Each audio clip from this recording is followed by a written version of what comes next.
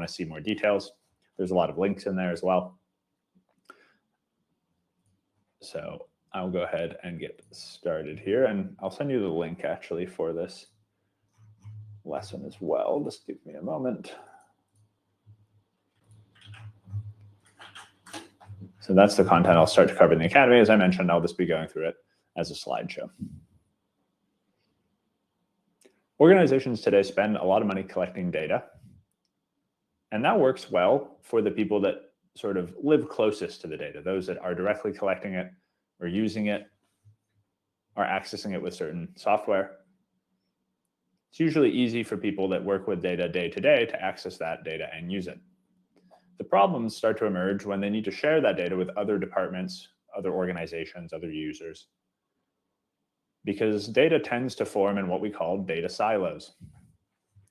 To use an example from local government, the Geographic Information System department might have access to lots of spatial data. They might be using Esri products to access that. The permitting department might have access to permitting and other kinds of service request data that might live in a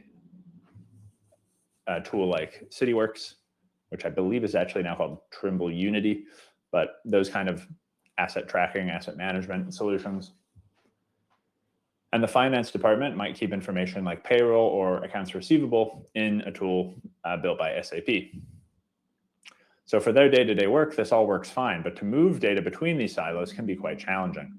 Data needs to be transformed or moved, and often expensive custom integrations need to be built to move data between these systems.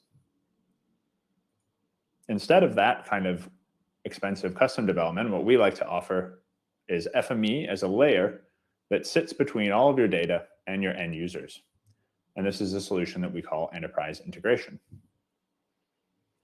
FME can access your data wherever it lives. It might be in on-premises, on local file systems or databases. It might be in a geographic information system, might be on the cloud, could be in a variety of different enterprise systems that are accessible through API or direct database access. And it might even be coming from streaming data sources like those from the Internet of Things or sensors. Wherever it lives, FME can connect to it, can read it in, and then you can simply send it on to an end user, or you can do more value-added procedures like reading in real-time data and filtering out for only relevant results, or doing change detection or anomaly detection, doing data quality checks and even automatic repairs, and automating these workflows so you don't need a human to intervene. The end goal, of course, is to get the data to the right people at the right time. I'll talk through some examples, the first one coming from UK Power Networks. UK Power Networks had a very interesting recent project where they automated the classification and metadata extraction of over 1 million historical documents in just 26 hours. And they estimate that it saved them 19 years of manual work. So the data that they had access to were these scanned service record documents indicating information about the electric grid going back to as early as the early 1900s. They used generative AI in a number of steps to extract this information and turn it into a machine-readable format, structured format.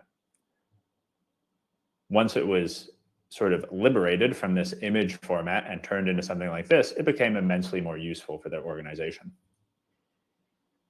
And they built this entire workflow using FME. They started by loading the card images and the existing metadata they had into Azure. They used Azure Queue to do parallel processing on this data. Since they had so many documents, they set up a system to churn through it in parallel. They sent the image plus a prompt to Gemini, and they actually used a few different prompts and models here that they assessed as being the most efficient based on some testing. And then they took the extracted structured data that Gemini provided and wrote it to an Azure SQL database. I like this example because I still get asked sometimes by people out in the wild, you know, is generative AI actually useful for the kind of work you do? Is anyone actually using it? And I think there are a lot of examples where people use it in their day-to-day work, but using it in a case like this where they're actually using it very directly on data and using it to add immense value to data that previously didn't exist, I think is quite cool and is worth highlighting. And it's really great that FME enables this kind of new technique that wouldn't have been possible before. Another example from the city of Naperville in Illinois, they automated over 3,000 requests in a single year by connecting FME and CityWorks. This helped reduce the workload for 4 departments, and they estimate it would have taken about 3 programmers to do this amount of work without FME.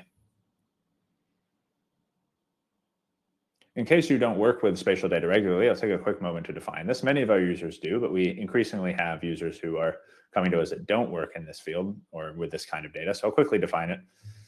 Spatial data, you hear us talk about this a lot during the course. This is just data that represents something on the Earth, a specific feature or phenomenon that exists over space. And spatial data is often stored and accessed and analyzed in a geographic information system, or a GIS. For the city of Naperville, they were working with spatial data. They started by having citizens fill out a request form in Survey 123. They then ingested that data, did some data quality checks, and eventually added it as service requests to CityWorks to keep track of all of these citizens' requests and be able to inform them of where their request was in the city's pipeline. Again, entirely using FME, they ingested data from Survey 123. They used FME to clean it up and do some data quality checks. They then created work orders in CityWorks using FME and eventually sent the work order data to Power BI for some additional visualization that isn't available in CityWorks itself. So FME was the tool that allowed them to move the data between all of these different systems that by default don't have any way of communicating.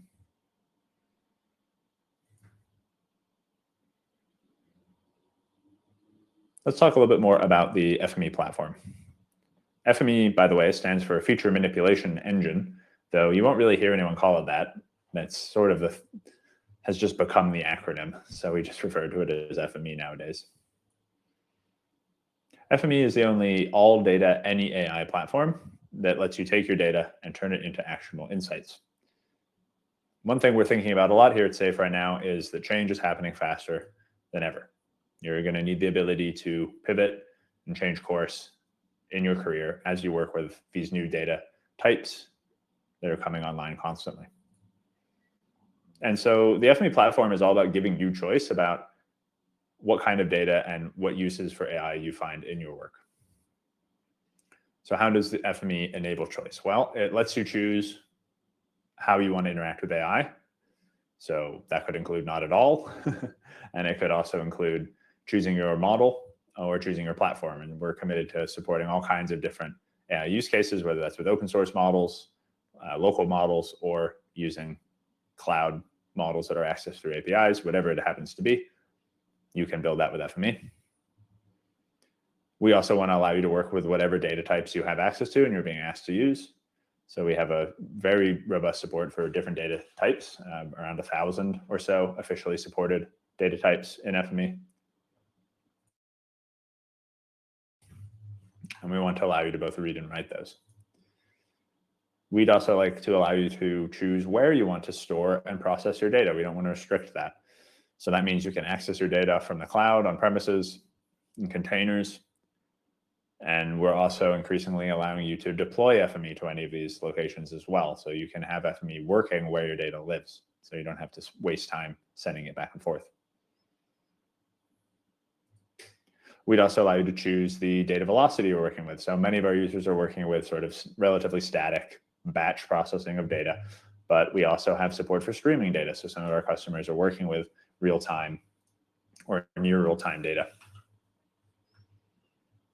See a question in the chat there about working with Box. I personally haven't done it, but I am aware that we do have some support for working with Box. For example, we have a tool called the Box Connector, which I can send you a link to. Might be worth checking out to see some of our capabilities there. In addition to working very well with spatial data, another distinguishing factor for FME as a data integration platform is that it is no or low code. you can build workflows that look like this. This is what we'll show you in the class today and tomorrow, where you're adding and connecting objects in a visual canvas. And this is how you define the flow of data. So this means you can build very complex data integration workflows without having to do any coding. That said, if you do like coding in Python, R, or making queries in SQL or Cypher, you can also use those with FME. FME is made by Safe Software. We've been around for over 30 years and have customers in 128 countries and trusted by over 25,000 organizations. So we have a deep depth of expertise in learning about how our customers are using FME and are happy to help you figure that out.